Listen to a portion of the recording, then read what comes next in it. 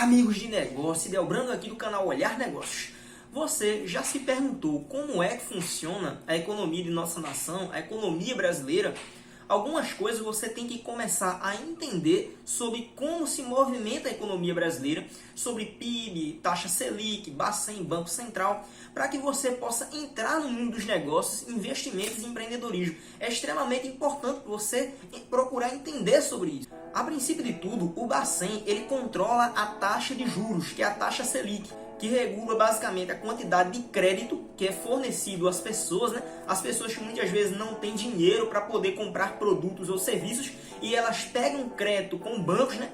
Ou simplesmente pegam empréstimos. E regula também a rentabilidade dos investidores e financiamento que essas pessoas podem financiar, como por exemplo imóveis, carros, motos, né? E diferentes outros produtos que podem ser financiados pelas pessoas. Assim sendo, os bancos e principalmente o Bacen, né, que é o Banco Central, ele possibilita com que os outros bancos eles forneçam crédito, fazendo com que os bancos eles consigam assim ganhar em taxa de juros. Porque à medida que as pessoas vão conseguindo trabalhar e pagando aos bancos, né, que o que os bancos querem literalmente é que você pegue empréstimos com ele, isso principalmente quando a taxa de juros está favorável a eles, né, a taxa Selic. Assim sendo, as pessoas elas vão devolver esse capital, né, que pegou emprestado, esse montante, com a taxa de juros. Então, o Banco Central ele regula essa taxa Selic, porque quanto menor a taxa Selic, mais pessoas elas pegam dinheiro emprestado com os bancos, e quanto menor a rentabilidade dos investimentos, né, que as pessoas possuem em rendimentos de renda fixa, mais as pessoas vão sacar dinheiro nos bancos, né? E os bancos muitas vezes não querem isso, tá, pessoal? Não querem que haja muitos saques, né? Por isso que eles tendem a controlar, principalmente pelo Banco Central, a taxa Selic. Porque se haver muitos saques, consequentemente os bancos eles vão entrar em falência.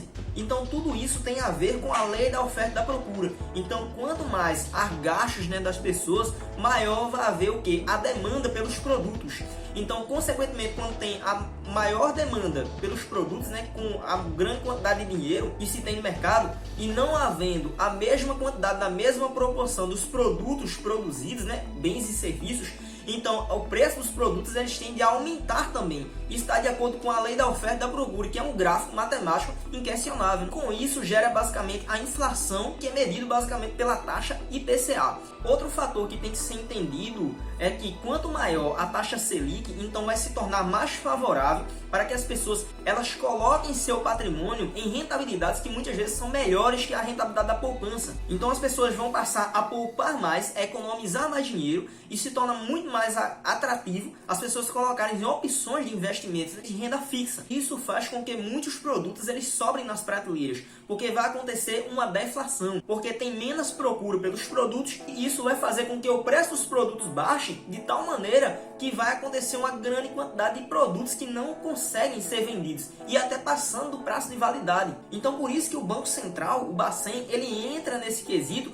para que ele possa ajustar a taxa Selic maior ou menor, regulando também necessariamente a taxa IPCA. Nossa economia, ela também funciona de certa maneira pelo PIB, né? Ou seja, o banco, ele também influi no PIB, né? Porque o PIB, ele mede a quantidade de serviços e produtos, bens oferecidos e vendidos no mercado. E se o PIB de uma nação diminui muito, vai influenciar no país para que ocorra uma recessão. E nesse quesito, né, havendo menos consumos das pessoas, né, ou seja, as pessoas gastando cada vez menos, porque elas estão poupando, estão acumulando patrimônio para poder investir em aplicações financeiras, consumindo menos bens superfluos, né, produtos e serviços, isso vai fazer com que as empresas elas tenham que se adaptar, cortando muitos gastos. E isso vai causar um desemprego em massa, porque toda a economia, pessoal, de acordo com as leis do mercado e as trocas voluntárias em si, deve haver lucros. Se uma economia, se uma empresa ela não está gerando lucros, consequentemente ela vai entrar em falência no longo prazo.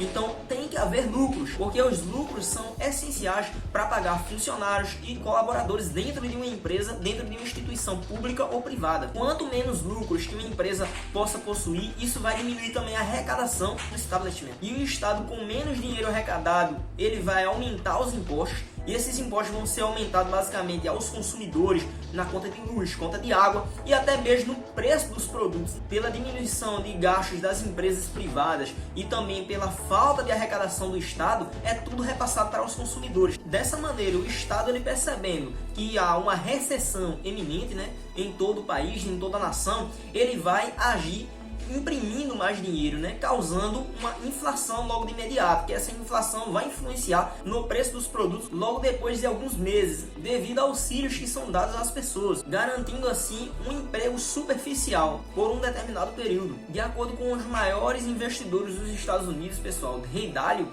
ele falava que a economia funciona como uma máquina com engrenagens. Há uma inter-relação entre as pessoas, empresas e transações que são feitas entre as pessoas e as empresas, que vão igualar justamente a produtos e serviços que são produzidos, estando tudo isso de acordo com a lei da oferta e da procura, tá, pessoal? Porque quanto mais dinheiro é injetado no mercado como um todo, né, em toda uma nação, isso vai causar a desvalorização no longo prazo da moeda, porque na mesma proporção não é produzido a mesma quantidade de produtos e serviços oferecidos pelas empresas. Então, para vocês que estão iniciando no mundo dos negócios, investimentos e empreendedorismo, deve-se saber basicamente que bens e serviços, produtos são escassos e não existe, obviamente, almoço grátis. Assim sendo, pessoal, esse é o vídeo. Eu agradeço a atenção de vocês.